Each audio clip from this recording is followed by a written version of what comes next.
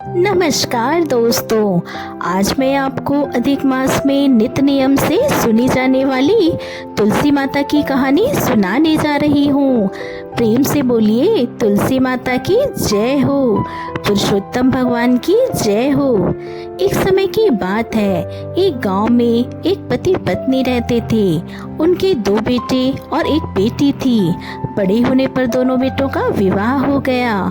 बड़ी बहू बहुत ही घमंडी थी और अपने में ही मग्न रहती थी। सास ससुर की बिल्कुल सेवा नहीं करती थी। छोटी बहू बहुत ही शांत स्वभाव वाली, सुबह उठती, तुलसी माता को सींचती, दीपक जलाती। उसका पति कुछ नहीं कमाता था और बड़ा बेटा कमाता था और उसी के पैसों से घर का खर्च चलता था। एक बार बड़ी बहू ने सोचा, ससुर जी भी बुढ़े हो गए हैं, देवर भी कुछ नहीं कमाता, मेरे पति ही अकेले कमाते हैं और पूरे घर का खर्च चलाते हैं, तो मैं ऐसा क्यों करूं, मैं भी अपने पति का कमाई खर्च नहीं होने दूंगी। बड़ी बहू अपने सास ससुर से कहने लगी, मैं अलग रहना चाहती हूँ, देवर जी कमाते नहीं हैं और आप बुढ़े हो गए हैं, मेरे पति की कमाई से ही पूरे घर का खर्चा चलता है, इसलिए मैं अलग रहना चाहती हूँ। बड़ी बहू ने घर का बंटवारा करा दिया। घर का जो भी अच्छा सामान था वह अपने हिस्से में ले लिया और जो भी टूटा फूटा सामान था वह छोटी बहू के हिस्से में दे दिया। सास ससुर और ननद को भी छोटी बहू के हिस्से में दे दिया। पक्के मकान का अच्छा वाला हिस्सा लिया और टूटा फूटा हिस्सा छोटी को दे दिया। छोटी बहू बोली, मैं आपके बंटवारे से सहमत हूँ, बस एक काम और कर दीजिए, आपके हिस्से में जो तुलसी का पौधा है या तो मुझे दे दीजिए, नहीं तो मुझे वहाँ रोजाना आकर पूजा करने की अनुमति दे दीजिए।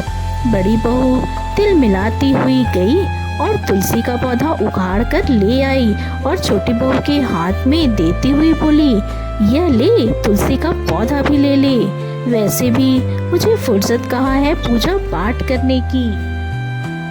ऐसा करने पर माता लक्ष्मी छोटी बहू के पीछे उसके साथ चल दी। बड़ी बहू के घर से माता लक्ष्मी चल दी और छोटी बहू के घर पर माता लक्ष्मी का वास हो गया, क्योंकि माता लक्ष्मी तो तुलसी के पौधे में विद्यमान रहती है।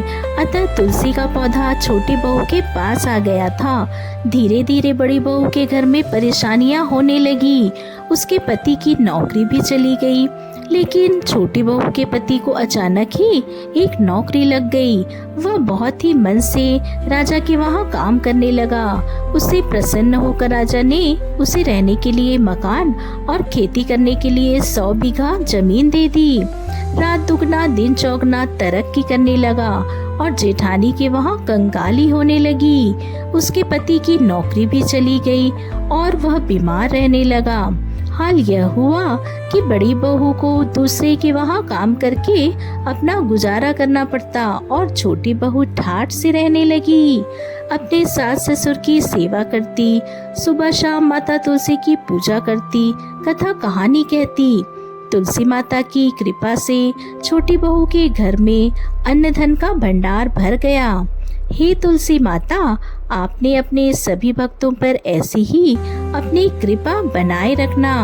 कहानी अधूरी हो तो पूरी करना, पूरी हो तो मान रखना, सबके नित्य नियम और व्रत को पूर्ण करना। प्रेम से बोलिए तुलसी माता की जय हो, पुरुषोत्तम भगवान की जय हो।